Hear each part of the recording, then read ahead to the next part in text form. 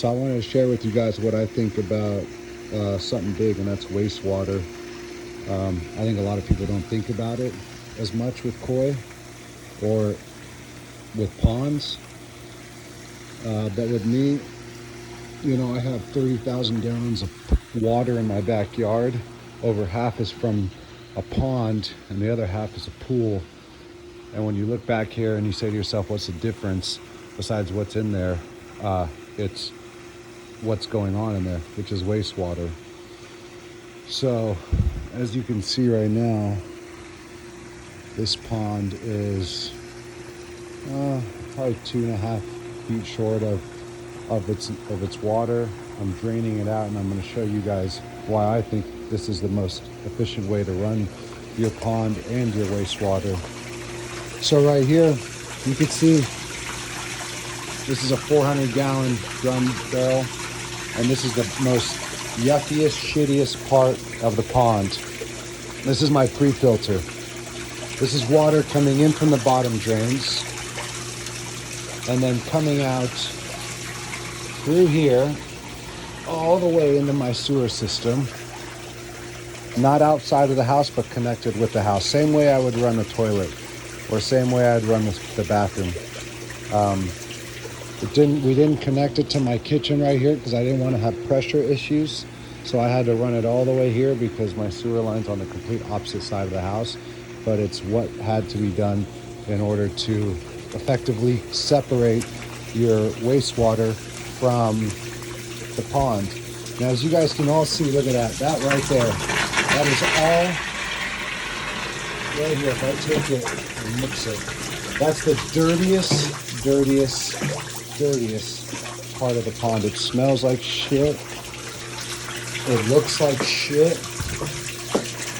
And it's heavier than water. So it will sit in the bottom of this while I clean it, wash it. See? And this is the way that I can separate wastewater, pond shit water that everybody thinks that they can just forget about, or most put back into their plant system, which, you know, I think if you have a good water system or gardening system, it sure it works. But look at that. It's just shit. It smells like a gas down here because it stays collected, it stays contained. It's no different than, you know, how you separate bacteria and infections. And in my opinion, separating this from this is why I have such beautiful koi. And not only can I separate it efficiently, I could separate it while the pond is still running. Notice my waterfall hasn't taken, hasn't turned off. That's because this is a two-road system, which means that I can clean this pre-filter, all the shit water,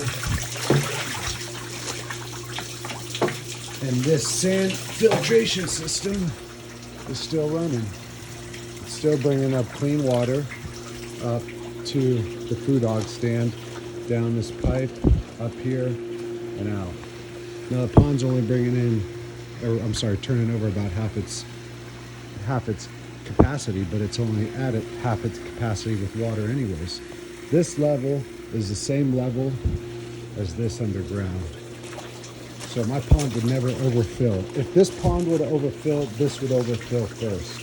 If I were to have the water running nonstop, it would go higher than something, and it would be this. It wouldn't be the pond because I have coping and multiple inches on top of the water line. So again, to me, this is something that people seem to forget about, and I think it's one of the reasons why I have really, really beautiful koi, is because I can separate the shit water, continue the pond to still run. The only two pumps I have is this little pump right here to bring water in here, in through the middle, and then come up with pre-filter, and then a pump to pull water out from into the seal line from the pre-filter. So I turn the pump off here. There it is. So by me closing this valve, I'm now shutting the sewer off. Now the pond will refill. And it'll take a while to get clean. Again, this is fresh water coming in from the pond. This is the shittiest, grossest water. And a lot of people, I think, have a hard time separating it, connecting it to the water system, the sewer system. It costs a lot of money. It's a whole nother level of taking care of it and having your pond set up the right way. But to me, it's the only way. It's the only way that makes sense. These fish poop and pee and eat. I mean, you can see some of the settlement down there that hasn't made it probably the last day or so to the center of the pond. Majority of the time, this pond's really clean. The way it's shaped, it cleans itself. It doesn't really have any kind of dead spots where the fish have a hard time, or the wastewater or the waste from the food has a hard time getting into the pre-filter or the sand filter. I could very easily just take out my 2 skimmers at the same time. Take those out and clean them. And my skimmers, again, they're not something that goes to a bag or a bed that needs to be cleaned. It's a threaded, kind of caging. And I only need 2 of them for each corner. I'll clean these out at the same time. You can see, again, it'll take a while to fill up. And again, it'll only be the level of the pond. So in order to put water in, I'll turn this valve on, runs through the charcoal system, and then that'll stay on for probably 5 hours. It'll be actually a reverse osmosis. The water, I would assume, is warmer than the water on the surface because the surface water has been exposed to cold, and it's pretty cold out today, and this is running through the underground piping. So I think they feel that. I think when koi are really cold and it's going through hard times, I think a water change is good. I think the water comes out a little warmer.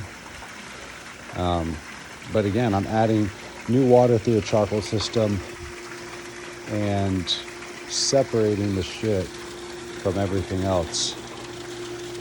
And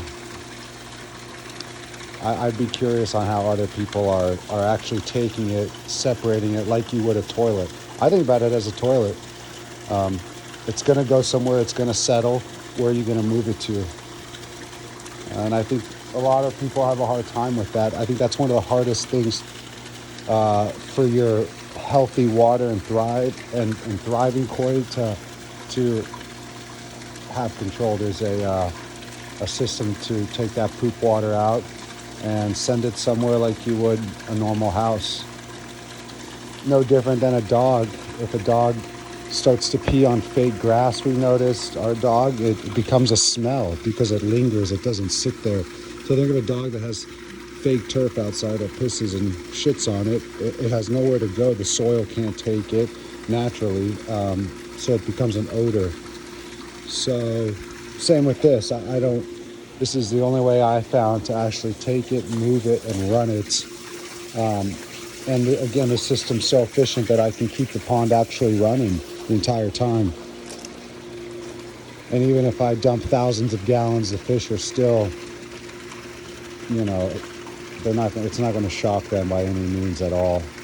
There's still so much other of the water that's in there. But yeah, that's kind of my take on how to treat pond wastewater, what to do with it. And so overall, they had a really good summer. They got really big. And even though we're really new to this pond, running on 3 years, I think it's showed its load and capability of thriving really expensive koi, really good koi. if you just put a few of the extra hours into labor. The pond runs so good because of certain things that are set up. Dual system, biofilters, its own flush system in the biofilters. Again, I'm only running off a few amps. Pump there, and the other pump is for the sewer. I got to pull that water out into the sewer line. This is the sewer line for this. So I can unplug this right here, and that's my sewer line. So all the water coming up is going to get pumped into my sewer line through that pump. So really the pumps are made to pump the shit water out. I use it also as well to pump the water, to bring the water up from the pond through the sand filtration system. But I don't do that on the pre-filter. These things wobble on the height of the water and bring the cleanest water back in. Anything heavier than water settles at the bottom. And you can see that. In fact, most of this stuff is just sitting on top. And yeah, I mean, it could get clean through a pressure washer in 2 seconds. And we do keep it pretty clean, but also, like I said, I think of that as a toilet. And there's no way that you're going to have healthy fish if you can't separate that stuff from what's going on in here. There's no way. Notice too, when even if there's food in here, the koi tend to go over here. And again, I think because the water temperature, I think they enjoy it more. I think you also see the ones that are hungry and just don't care out there eating. Those are the Terrazzo Kuhakus, the Ochiba. They'll just eat. But the other ones, I noticed when I change as much as I did now, just to show you guys what the bottom drain looks like, they will go to that side. You'll still get your natural big eaters that'll just eat no matter what temperature it is, or what time of the day or night, or how much is left. But for the most part, they're gonna go over there.